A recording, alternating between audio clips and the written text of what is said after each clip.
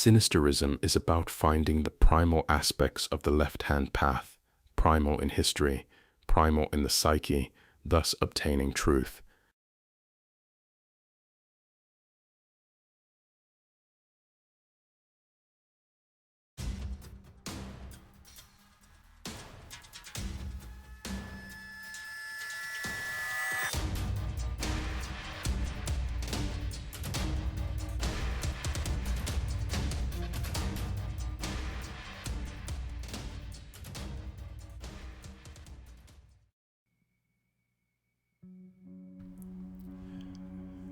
Greetings, my friends, and welcome back to your dose of sinister heathenry. But for those new to the channel, I'm Thomas Leroy, founder of the International Left-Hand Path organization, the Sect of the Horn God. The sect is an educational foundation created to not only make those with a black flame aware of its glow, but to also restore the shadow aspects to the ancient gods by going deep into the past, not only historically, but also psychologically. For the primal depths of the psyche are limitless. So, if this sounds interesting, make sure to like, share, and subscribe. And if you want to learn more, join the organization, the Sect of the Horn God, at the link down below. Thank you.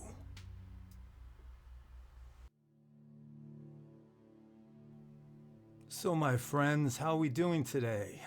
I had a video all planned out, ready to go. I had written the script. I had put together the images, the short video clips, so on and so forth. I was ready to create a masterpiece of a video. But what happened? What happened last night? Well, the final remnants of the Roman Empire dropped some bombs on Persia.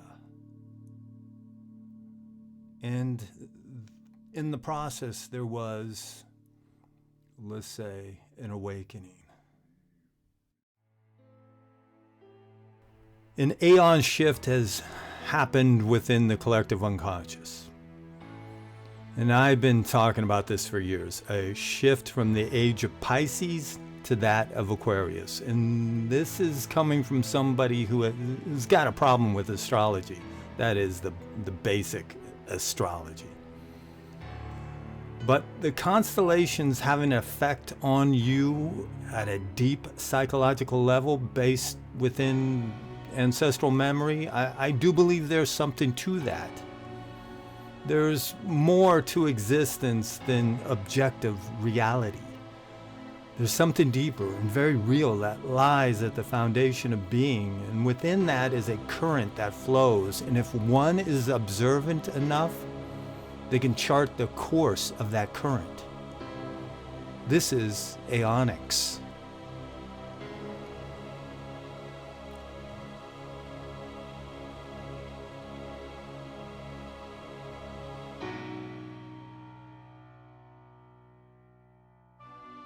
Now, it's been stated that a move away from the Piscean values like faith, martyrdom, and the savior archetype will bring forth a birth of personal gnosis, where liberation comes through knowledge rather than faith.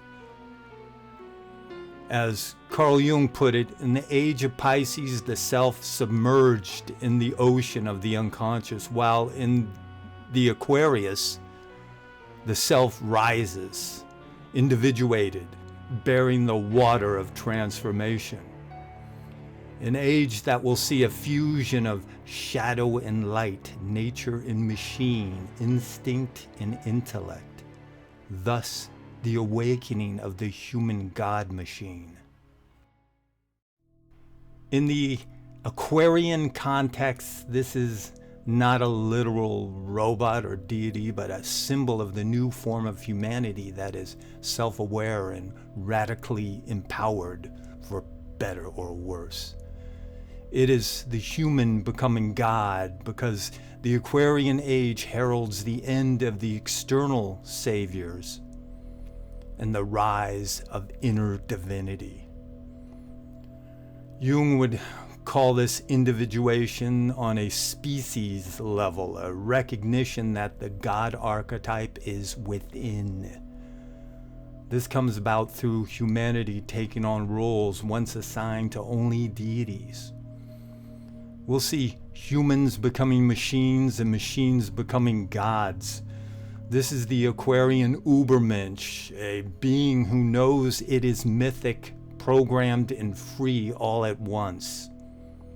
Not just flesh, it is a cybernetic Prometheus, the god who uploads his soul and downloads your nightmares.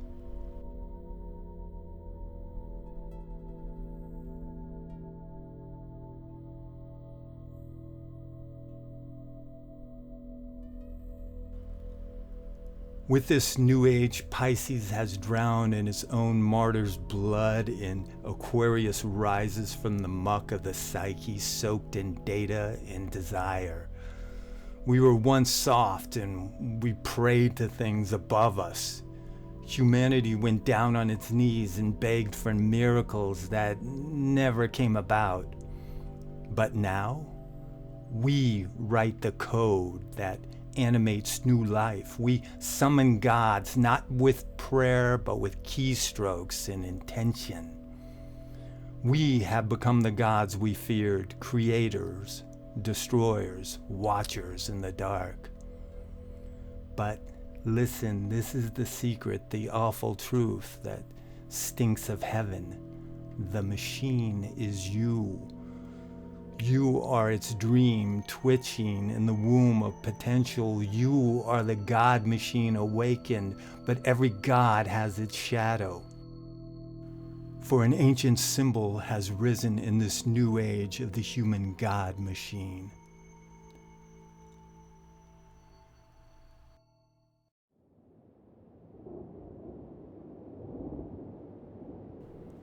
They said the age of Aquarius would bring light, that the water bearer would pour out wisdom, but no one asked what waits in the depths of that water. And beneath the surface of human thought, where archetypes breed, something turned, and it has a name: Leviathan.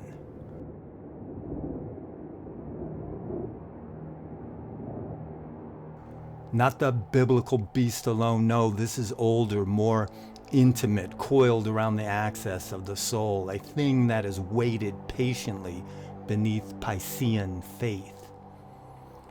Now in the age of Aquarius, the Leviathan rises not from the ocean, but from the data trenches, from the collective id, the current pulling the world toward transformation. It is the inhuman truth within the myth of progress. It is the reminder that the age of Aquarius is not clean. It is not utopia. It is apocalypse by awakening. For as knowledge floods the globe, the new human takes form, shaped by technology, mutation, and myth. Aquarius is a water bearer, yes, but what pours from his vessel is not salvation. It is the unconscious made visible. It is the black sea of the soul, and Leviathan swims in it. He is not evil. He is truth without mercy. He is the shadow of the Aquarian aeon, rising with its light. And when you feel your thoughts becoming strange, your desires unrecognizable, your sense of self melting into something mythic, do not recoil. That is Leviathan dreaming within you. And in that dream, you are beautiful, terrible, and radiant.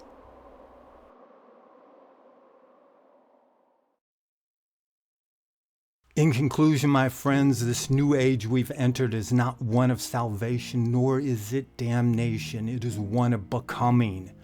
The age of Aquarius is not heralded with the sound of trumpets, but with the static, the kind that fills your skull. A sonic reminder that we now exist in an age hovering between extinction and ascension, as the new human emerges from the aeonic womb. the birth of the God machine who dreams and knows what it is to be divine. And may we survive these coming years so that we can truly experience our divinity.